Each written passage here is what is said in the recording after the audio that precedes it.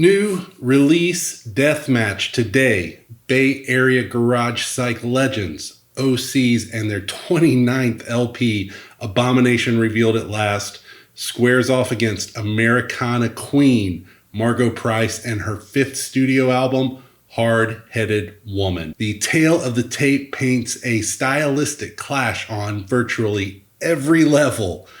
OSEES brings the experience and a punishing sonic assault, while Price touts a loyal fan base and a decided advantage on streaming play counts. Here's how today's competition will break down.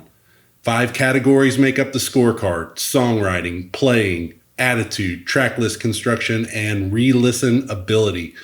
Which one will grab the victory and earn their spot in your heavy rotation?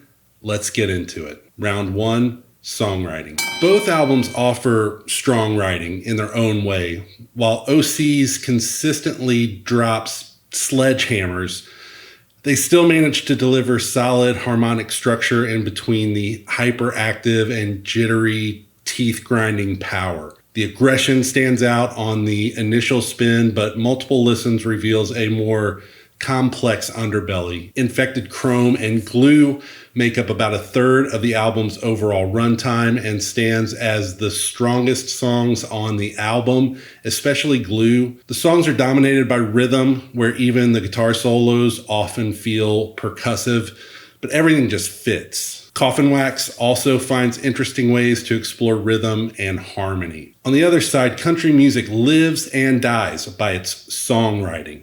Price's stories have been wowing her audiences since her 2016 debut, earning praise from the likes of Sturgill Simpson, who used to play in her band, Jack White, who released her debut on his Third Man Records label, Norah Jones, and John Price, just to name a few. This collection finds her flexing considerable muscle, not only in terms of the lyrics and stories, but also a propulsive cosmic American music vibe. Co-writing credits from Rodney Crowell and Morgan Nagler show up, but it's the collaboration with partner Jeremy Ivy that dominates the album. It's not always perfect, but when they get it right, it's real right. From barn burners to mid-tempos, slinky slideys, to classic country tearjerkers, the variety of styles really stands out. The only knock would be the fact that probably the best song on the album, the Tyler Childers duet, Love Me Like You Used to Do, was written by someone else. Now that's not a problem, especially in country music circles.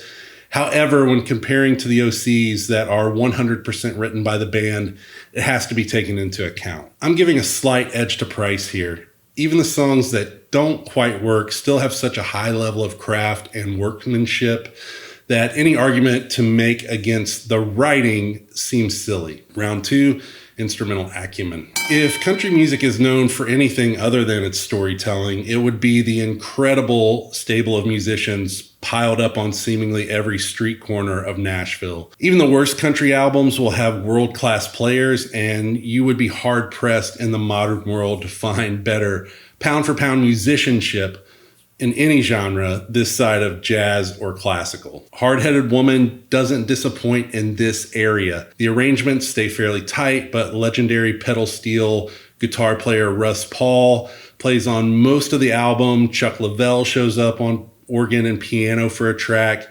And you pair that with Price and Ivy holding down much of the guitar work, along with producer Matt Ross Sprang, and you have a potent brew of high-level players. On the OSEES side, guitarist and vocalist John Dwyer is an absolute genius. For a band that started as freak folk before weaving through garagey psych, krautrock, and now punk, his ability to deliver indelible sonic landscapes only happens when you have a real dedication to the musicianship and a band willing and able to push into new and exciting directions at every turn. For my money, the unquestioned best instrumental performance on either of these albums discussed today comes from the two-headed drumming monster of Paul Quattrone and Dan Rincon of OSEES. Hope I'm pronouncing those right. Apologies if not.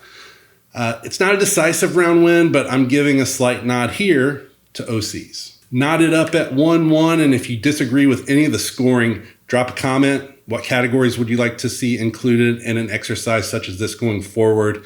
let me know. Round 3, Attitude. We won't spend long here. It's OSEES. No disrespect to Price, but there aren't many releases in the past few years that have more of a punch in the face nature than Abomination Revealed at Last. Round 4, Tracklist Construction. While OSEES delivers a 35-minute series of roundhouse kicks to the head, Hard-Headed Woman has a real ebb and flow. I'm almost never a fan of having a prelude kick off an album, but this is about as good of an example of that as there is. Price gives us tempo up top, after the prelude at least, followed by a stretch of ballads that culminates in the phenomenal Nowhere Is Where. Side 2 resets nicely and has its own flow. On the other side, points scored for OSEES for bundling Infected Chrome and Glue back to back and having the better of side B tracks in Coffin Wax. That said, the round belongs to Price if for no other reason the skillful navigation of the various moods and styles at play. Round 5, the Rewind. That brings it all down to replayability. And I did not structure these rounds in a way to force a tie heading into round 5. That would be ridiculous. If you think I'm that kind of guy, best thing to do is to sign up for my weekly newsletter and reply every week to tell me I'm a liar. For me, this is really tough. Both artists and albums represent two distinct musical worlds that I often find myself steering into, especially in recent years. They're both somewhat blind spots for me. I've listened to about a half dozen records by the various incarnations of the OSEES, but I realized in the prep for this video just how much of their stuff I've missed and that, I would likely love. So need to rectify that. And I'm even less exposed to Price's stuff. I've been aware of her for most of her career. I've held her album, That's How Rumors Get Started, in my hands in multiple record stores, multiple times, promising myself that I'll pick it up next time.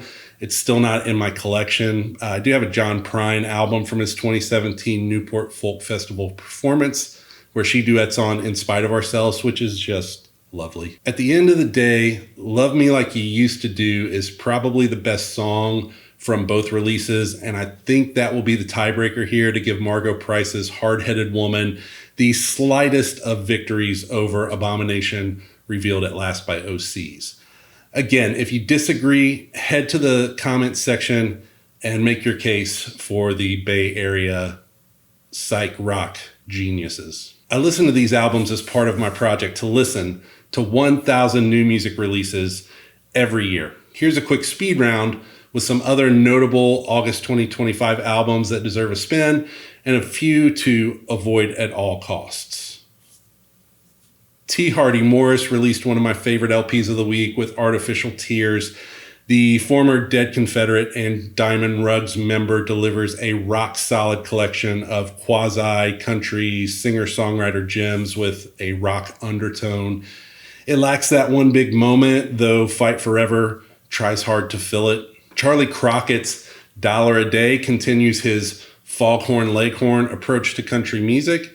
Don't get me wrong, he deserves the heat that he gets, and few musicians work harder than Crockett. Despite the sometimes hokey nature of his songs, I never feel like he's disingenuous, which is easy to do when you're tapping into a sound that feels decades old. May Powell's Making Room for the Light comes from Coal Mine Records and their imprint Karma Chief. This might be one of my favorite releases from that label. A little front-loaded, but really interesting mix of sexy, soulful folk. Kyle Morgan and Tamara Korn's Darkening Green manages to be old-timey without all the pitfalls that normally accompany such a release. Incredible covers of The Great Pretender, Bird on a Wire, and Everything is Free make this another borderline solid green rating. But this is phenomenal, and anyone complaining that there's no good new music anymore should really give this a spin. Buddy Guy, Ain't Done with the Blues. This one blindsided me, frankly, especially when you compare it to something like the recent release from Keb Mo and Taj Mahal. This just crackles with energy and doesn't suffer from any of the usual old man hangups. It's definitely made by an old man, but it feels more relevant than anything I've heard in this genre in a while. Kind of reminds me of the late era John Lee Hooker stuff. Laffy's A Matter of Time, hope I'm pronouncing her name right. It has a global audience for this Icelandic singer, and it's good. I think she's very pretty, which I realize is creepy as I'm saying it, but could also be factoring into my praise here. So, but people love it, and I cannot disagree. And while you should never listen to me when it comes to jazz, I liked the Christian McBride release. I liked the Conrad Herwig release a little bit better than the McBride album, and George Coleman was better than both. Coleman especially, I was really impressed by the pedigree of his. Pretty crazy, by the way. John Oates released an album. You know, I once interviewed him, and he seemed like the coolest guy, and I've always taken his side over Daryl Hall ever since then. That said, the fact that this album has not only a cover of Walking in Memphis, but a remix almost caused me to hit this with a red light rating, but he's a nice guy, so gave him some points. Fun Lovin' Criminals, A Matter of Time. I kept singing, "Stick it up, folks, it's a fun loving criminals" all day when I was listening to this, but I had no idea these guys were so rap heavy. And finally, I wasn't feeling the new Black Keys. I'm not sure what my problem is with modern Black Keys. They seem like tough guys to be in the same room with, but that shouldn't affect me when I'm listening to their stuff. Before we go, a quick recap of where my 1000 album quest stands after August. The Solid Red Light 1, Yellow Turning Red 12, Solid Yellow 67, Green Turning Yellow 26, no Solid Green releases for a total of 106 albums heard. For the year, Solid Red 9, Yellow Turning Red 59, Solid Yellow 407, Green Turning Yellow 155, Solid Green 16 for a grand total of 646 albums. Closing in on it, feeling good about where we're at. Follow along to see if we hit it. Make sure to check out my latest video where we dive into how Tyler Childers overcame Rick Rubin's presence on Snipe Hunter. So that's it. As always, thank you for watching, and until next time, find some great music and play it loud.